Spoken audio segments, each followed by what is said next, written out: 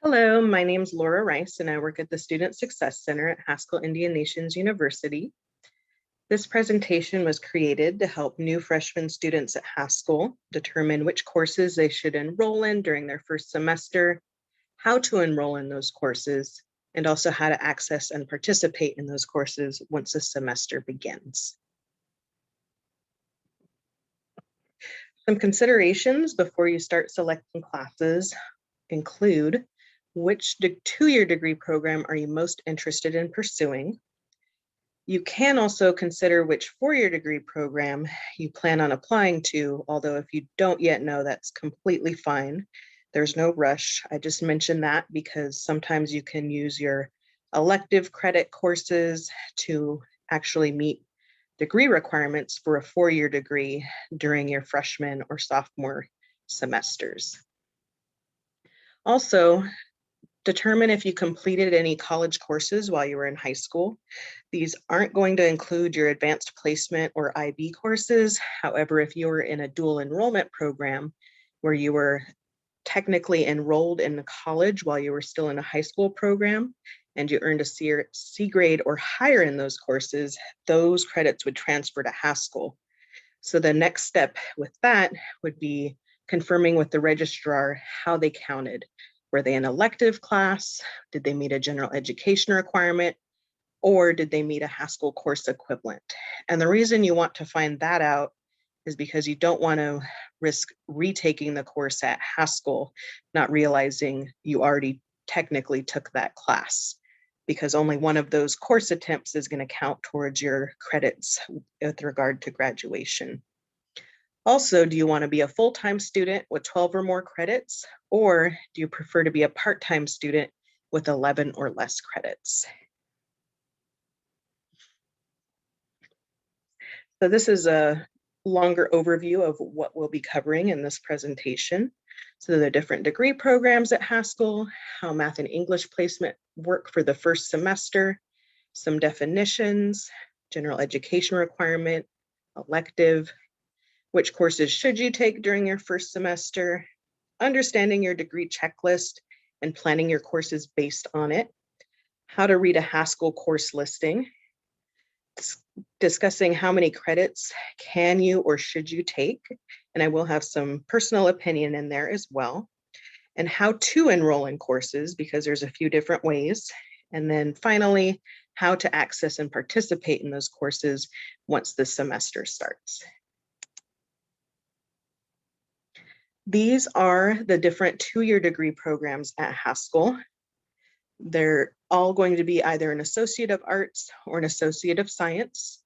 The liberal arts, Associate of Arts, is what many students start out with, especially in their first semester, and some will change to these other degree programs once they have an idea of which classes they enjoy the most, or if they're leaning a particular way while thinking about their career.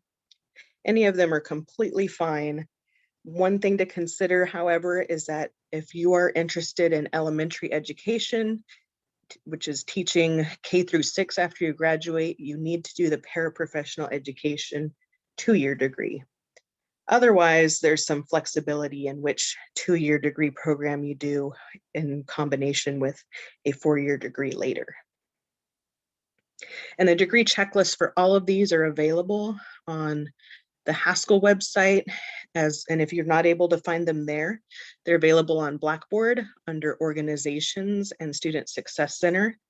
The degree checklists on the Student Success Center's Blackboard page are actually fillable, so you can keep using that same degree checklist throughout your Haskell career. Now, I did hear that some of the degree checklists are going to change, so be watching for those changes as well.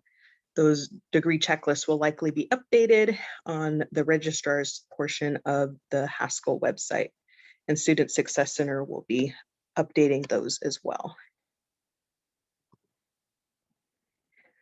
So you might wonder, what does it take to get that two-year associate degree? So as of now, and like I mentioned, it is subject to change. It's possible it'll be more than 60 credits for some of the degrees, but at this moment in time, most of the two-year degree programs are 60 total credits that you need to graduate. And 34 to 36 of those are going to be general education requirement credits. And at least one of the degree programs, which is social work, has recommended general education requirements. And then paraprofessional education has specific general education requirements that you need to take. You can only have some of the general education requirement courses counted towards your degree. And the degree checklist for those programs state exactly what those are. And then some of the degree programs, liberal arts are going to have elective credits, whereas the more specific degree plans are going to have what are called emphasis credits. So for example, media communication, there's 5 or 6 classes that are geared towards media communication specifically that you have to earn. And then there's room for just a couple of elective credits.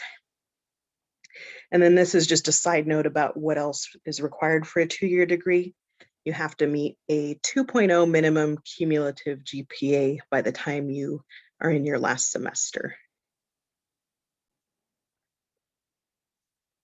So what that means is that you need to keep a minimum of a C average during your career at Haskell. Although I do recommend shooting for a 3.0 cumulative GPA or higher, because some 4-year degree programs require you to have a higher GPA.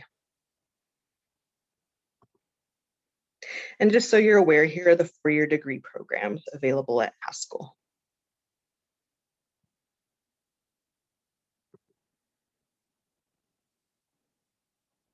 With regard to math and English placement, traditionally Haskell used ACT scores to determine which of these in the math sequence you would start out with and which of these courses in the English sequence you would start out with. And sometimes there would be certain ACT scores where students would test out of one or both of them.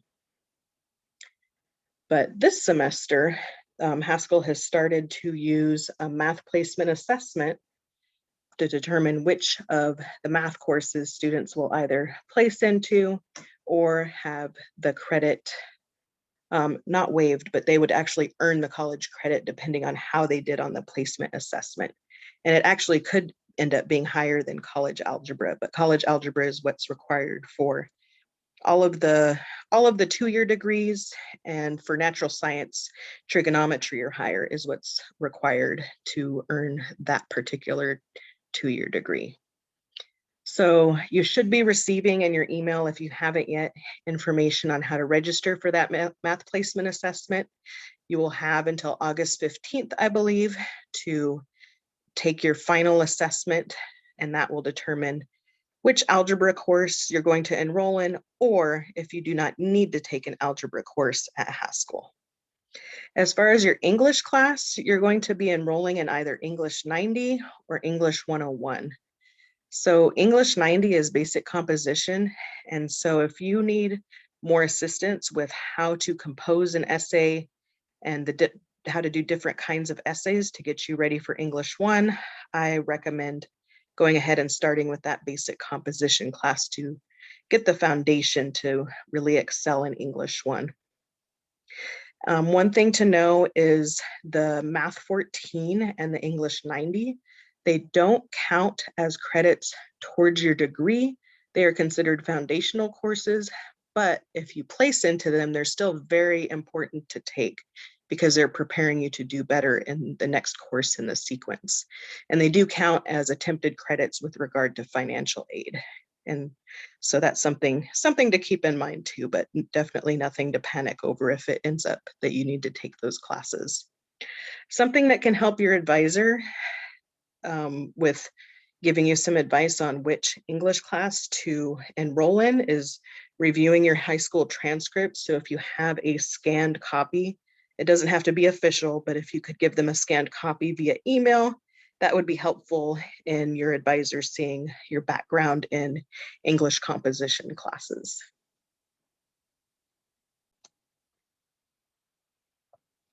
So here's some more information about the math placement assessment. It is from an outside vendor, Alex, and like I said, you should have this information emailed to you by your advisor. If you don't receive it, please reach out. I believe the registrar's office may be able to send it to you. You're going to need a specific code to register for it, because what Haskell did is they paid for logins. And so by using that code, you'll be able to create a login using your official Haskell email address. And if you didn't get your Haskell email address, make sure to email ithelpdesk@haskell.edu to request it. And you may need your student ID number as well to register for the assessment. So you go ahead and you read the instructions, you take the assessment. It's going to give you a score, and that score determines if you will need to take an algebra class or if you earned credit for college algebra. And you will have a chance to go ahead and complete some modules, practice your math skills, and you could take the placement assessment again, I believe up until August 15th. After August 15th, you are going to be locked into the placement of your last or highest exam.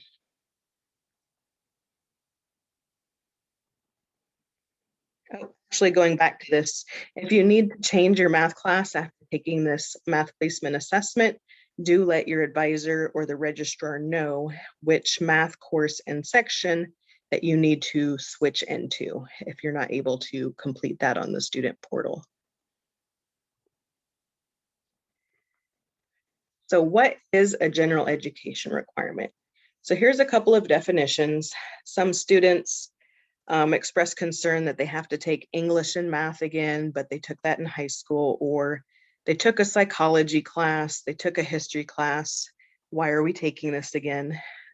So in order to explain that a little bit, I guess I'll just say that in college, you're taking these classes at the university level. So it's a bit different than how the classes may have been set up in high school. There's going to be some critical thinking involved.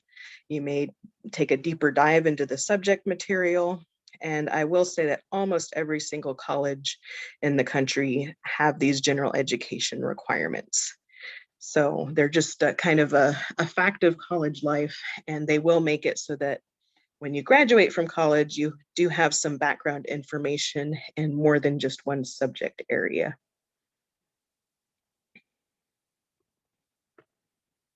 And this is important to know for when you're looking through the course listing, what's a prerequisite and what's a co-requisite. So for example, if I wanted to take statistics, a prerequisite for that class is which class do I need to take before I take statistics? And the answer to that is actually college algebra. And so prerequisite, a requirement, usually credit in another course, which must be met before a particular course can be taken. And the reason for this is the university wants you to be successful in this class. It would make no sense to take statistics without having had the college algebra background. So that's why prerequisites exist, for you to be successful. Some other prerequisites may have a slightly different intent. So for the elementary education program, for example, there are 300 level classes that you must be an official elementary education student. So that must be your degree program for you to take. And it's similar in that they want only students who took the paraprofessional education program completed that program to take the class. So that's another example. And then co-requisites, that would be a requirement where you're in a course at the same time as another course.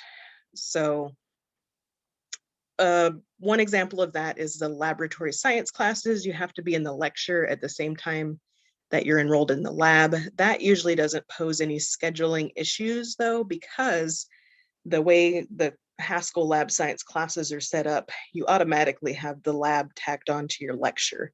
So that one you don't have to be as aware of because they're grouped together on the course listing, but it's different at some other colleges. Now, a different example of a co-requisite is, for example, speech communication and public speaking. You have to be enrolled in English 1 while you're in one of those classes, or you have to be already finished with English 1.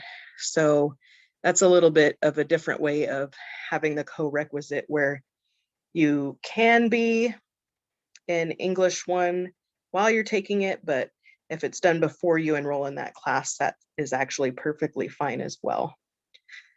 And then these definitions, I took them out of the Haskell academic catalog. Just so you know, what's my class standing? A lot of times students will want to know if they're considered a freshman or a sophomore. So you're going to be a freshman up until you've completed 29 credits.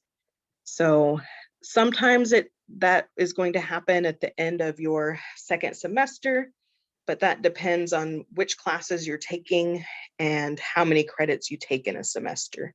So if you took 12 your first 2 semesters at Haskell, you would actually have 24 credits completed, assuming you passed all your classes with the appropriate grades, and you wouldn't be a sophomore until either that summer, the end of that summer, or the next fall, if assuming you started in a fall semester. And then just the reminder here that foundational courses don't count towards your total academic credits that go towards your degree. So how do you plan your degree? So what's going to be very important is that you consult with your degree checklist every semester when you're about to enroll in classes.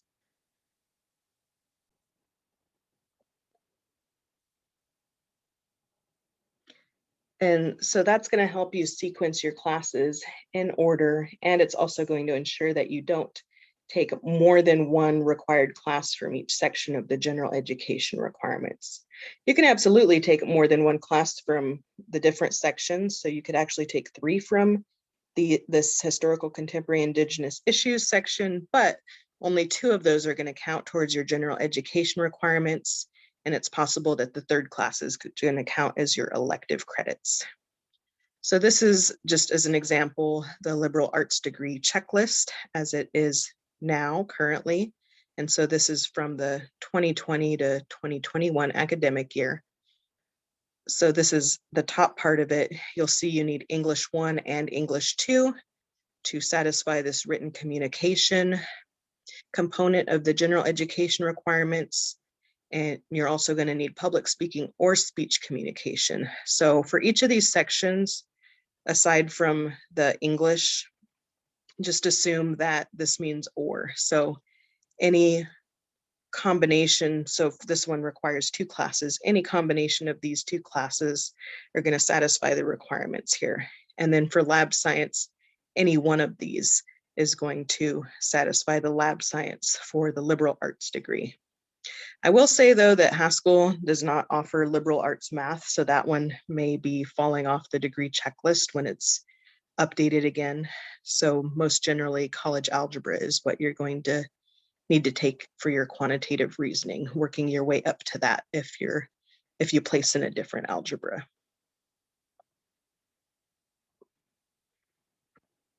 So planning your degree checklist. So if you earned college credits while you were in high school, I would go ahead and write these into your degree checklist now once you determine what they're for. So let's say you took a basic nutrition dual enrollment class. You would mark that here.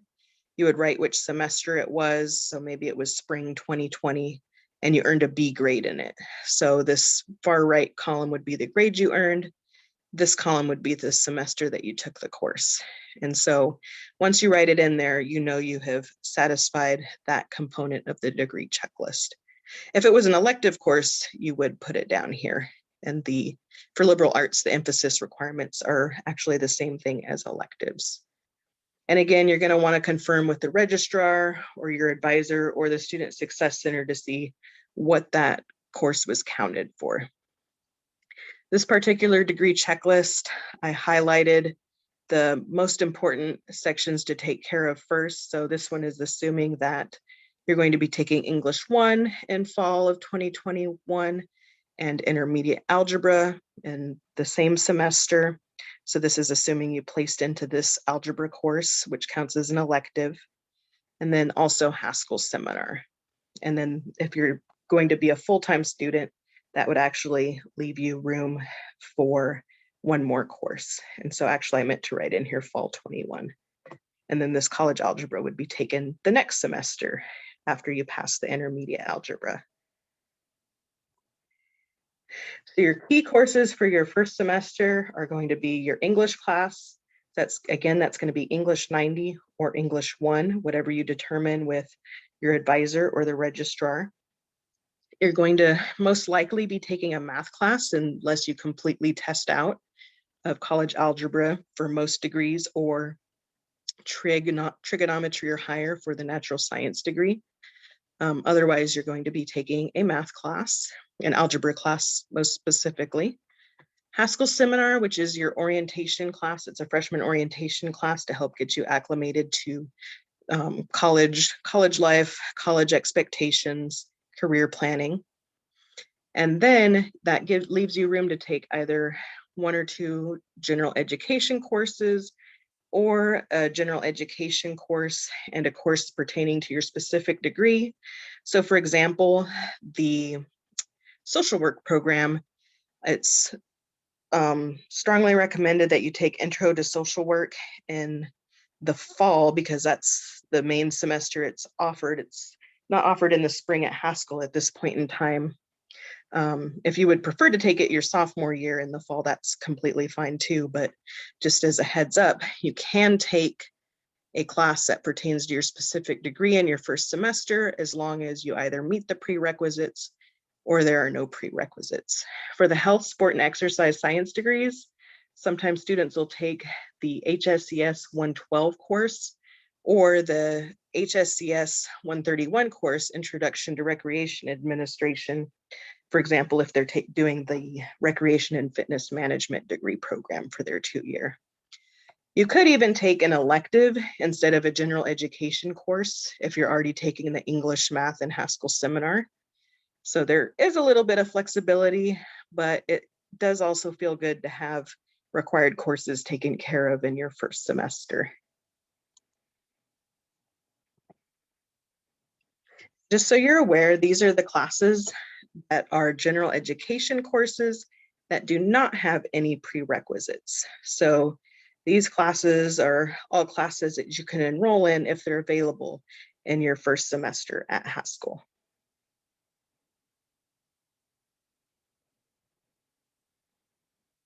How to read a course listing. This course listing example is from fall 2020. So we're only using this to explain how to read the course listing. This is the link to where the course listing will be posted. It is likely going to be updated again with some more courses. I believe some more online courses are going to be added. And then of course, we are still determining if there are going to be in-person classes as well. So these different headings and what they mean. The first column is going to be which academic department the course belongs to. The next column is going to be the course ID number. So statistics is Math 207. And then the type is going to be the format of the class. It's going to be a lecture. And then the section number you're going to want to be aware of, because different courses have different sections, or many of them do. Some have more than one section. So this section 2, this particular class meets Tuesdays, Thursdays from 1 to 2:15 and has this specific instructor. Whereas the other section of it, which would be section 1, it might have a different instructor as well as a different meeting time. So when you enroll in classes, whether you're using the student portal or you're letting your advisor or the registrar know which course and section you want into, you always want to let them know the section number. You can also include what time the class is at, but it's going to be a lot easier on the registrar or advisor if you also include that section number. Then they don't have to consult the entire course listing to get you enrolled. So I already mentioned the class format. Most of those are going to be lectures. A few might be activity courses, and then lab may be on there as well. And then we were talking about prerequisites. So statistics is the example again. The prerequisite for statistics is college algebra. You have to be completely done with college algebra before you take statistics. And then course instructor is also known as faculty. They may be known as your professor. Those terms are mostly interchangeable. So just to be aware of when you're in college that some of the faculty are going to be referred to as professor instead of a teacher. And then the building and classroom location. So currently on the course listing, if there is a building and classroom location, the plan is to have that course taught in person. Now, this is subject to change. This presentation is being recorded at the end of July, but for now, that's the plan, that if there's a building and a room number, that it's an in-person class. And then day of the week that the class is held, for on this course listing, it's going to be T is for Tuesday, R is for Thursday, and then M, of course, is Monday, W is Wednesday, and I believe this semester, there's some Saturday courses. And then the class start time and end time, also important when you're planning your day. And then this column is how many credits is this course worth? So this statistics course is going to be 3 credits. The calculus and analytic geometry 1, that's a 5-credit class. Video production 1's 3 credits. Digital photography is 3 credits. The majority of classes are 3-credit classes. And then the max column is going to tell you how many students are allowed to be enrolled in the course in one semester. And that's going to be a little different for the in-person classes than the online classes. The in-person classes are going to generally have lower maximum numbers due to COVID precautions. And then the far column is the seats available. So that's where you find out if there's room for you in the class. And this is in real time on the student portal. And if you're looking at the course listing, you're going to want to see what day and time the course listing was printed, because it's not going to be the same as what's in real time on the student portal or the enrollment system. So how many credits can you or should you take in a semester? So for the fall or spring semester, actually 12 credits is what's considered full-time. If you want to take more than 16 credits, you need a dean's approval. And if you were to take 12 credits a semester, it would take you 5 full semesters to graduate at a minimum. And that's assuming you took all the correct classes. Now, athletics and what was at the time NAIA, I think that may have changed recently. Sometimes you'll want to get with your coach to decide how many credits to take. And then my personal suggestion is take only as many credits as you can confidently handle. I really encourage my freshman students to take 12 to 14 credits, and definitely no more than 15 during their first semester. It's a life adjustment to start college courses, even if they're online college courses. And you're not going to want to plan to withdraw from a class every semester, because that just doesn't look good on your resume, and it can also affect your financial aid. So again, I just recommend taking what you can confidently handle and get good grades in. I don't recommend, especially in your first semester, taking the 17 or 18 credits. That's just asking for a lot of stress in most cases. And then just so you know, summer semester, 6 credits it's really full-time for housing when we have housing available. And then for financial aid, it's a little bit different. So 6 credits is actually half-time for financial aid in terms of Pell Grant.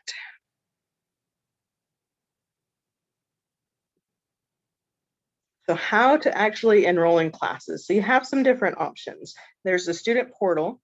You should have received a login and temporary password for the student portal. And if you have trouble logging in, you can email the registrar to get login assistance. And then there's a video tutorial on how to enroll in the classes. So I strongly recommend watching that first, because I believe it's just the registrar's office that is able to assist you with understanding how to enroll in the classes. So I would recommend starting with that video so that you have an idea before you get all the way logged in. Now, the student portal is kind of limited. It doesn't allow you to enroll in some courses. It may not understand that you meet a prerequisite, or it may be a class that requires faculty approval. So sometimes you'll need to email the faculty member and forward that to the registrar or your advisor to actually be enrolled into the course. So again, if there's a class you want to be in that you're eligible to be in, either by getting permission or by understanding your transcript, you can email the registrar or your advisor to request that they enroll you in that course, and make sure you include the section number. Another option is to email me. There's my email address, and include the list of courses that you want to enroll in, include section numbers, and then I can review it and email the schedule back to you. As long as you're eligible to take those courses, I will enroll you in them. It's possible I will let you know if I have a different course recommendation based on your degree plan, but I will get that schedule back to you.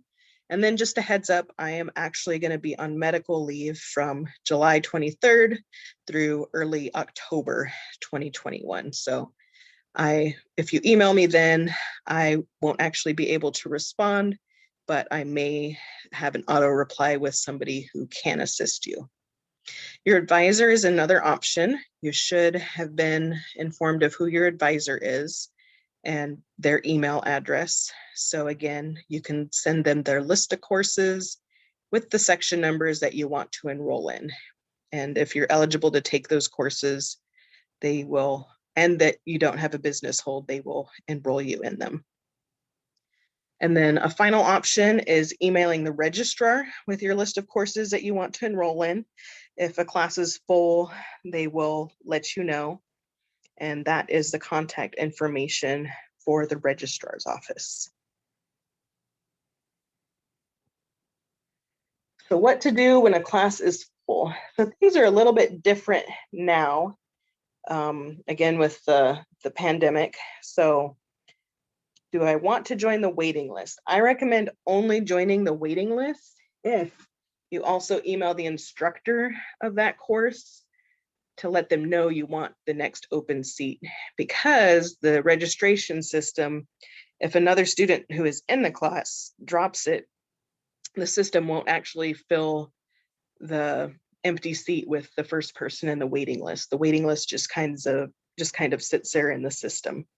So you want to be in contact with the instructor if you notice that a seat opens up, and that would be done by checking the student portal. And you may actually have to wait until the semester starts to join the course, because you're waiting to see who came back, because sometimes students plan to come back and they don't always come back. So if it ends up that enough students, or at least one student that you notice, drops a course, then you can join it at that point in time. Now, this is especially true this semester. Some classes can absolutely not exceed the maximum seats because of book space, safety, etc. And so that is especially the case this semester because of social distancing for those in-person classes, if it ends up we have those in-person classes. And so that's a little bit of information about if you should wait on joining the waiting list. And the other option is to just choose a different class and take that other course in a future semester. And actually, I recommend enrolling in a different class for the meantime, even if you are on the waiting list. There's several different reasons for that, but one of them being that if you are planning to enroll full-time, and you aren't a full-time student without that one class, you should actually just put another one in there so that the financial aid office knows that you plan to be a full-time student. Then you could switch out the classes later if a seat opens up. And then how do you access your classes? So you're going to be using Haskell's Blackboard website. All of your classes that you enroll in through the student portal or one of the various Haskell offices, all of those classes should show up when you log into Blackboard by the first day of the semester. And know that your official course schedule is what shows up on the student portal. So those are the classes that are going to be on your transcript forever. So you do want to make sure that what's showing up on your student portal is also showing up on your Haskell Blackboard account under classes. If you change courses during add drop, which is probably going to be just the first week of classes, know that you may have to email the instructor or the help desk to let them know that you changed your courses and you would like your courses on Blackboard updated. And so you can send them a screenshot of your updated course schedule. And that way they can adjust your course listing on Blackboard so that it matches. If you end up changing courses, adding a course, and you don't let the new instructor for the course you changed into know, you are still responsible for all of the work and meetings and exams in that course. It is your responsibility to check on the student portal and Blackboard to make sure things are accurate. And then of course, follow up with asking for assistance. And then you're going to need books for most of your classes. Haskell has started using eCampus. There's going to be more information to come on that. So I strongly recommend adding the Haskell library, their webpage, their landing page to your bookmarks on your internet browser. And then another option or to get additional information is following the Tammany Library on Facebook. They actually do more than just books there, so it's actually a great social media site to follow as well, because they do things like provide information about student-led book club. They invite authors to come to in person or at this point in time, Zoom. So there's some pretty cool events we've done virtually actually over the past year. And the last thing is, don't buy Microsoft Office if you haven't yet. Just plan on using the free Office 365 because you get that as a Haskell student. And so that makes it so that you can use Microsoft Word, Excel, Outlook. You can use Outlook for your Haskell email. And there is a laptop desktop installation tutorial. You can use it by following this link. You will have to log into Blackboard, however, to get the PDF. And then if you're going to be using a tablet or a phone for most of your homework, you can request the tutorial to get those programs onto your tablet and or phone from IT. And just a small bit of advice here. If you are, especially if you're planning to go into the business administration program, if you're able, I would say get a student laptop or desktop, because instead of a Chromebook or tablet, because Microsoft Excel is actually required. It's a required program for some of the business courses. So that would be the CIS 205 course, which is a computer information systems course. And then the accounting sequence is a lot easier to do with the actual Excel program on a laptop or desktop. So I hope this tutorial has been helpful. If you need to clarify anything on here, I strongly recommend getting with your advisor or the registrar's office, and I will be back in October. I hope everyone has a great start to this semester.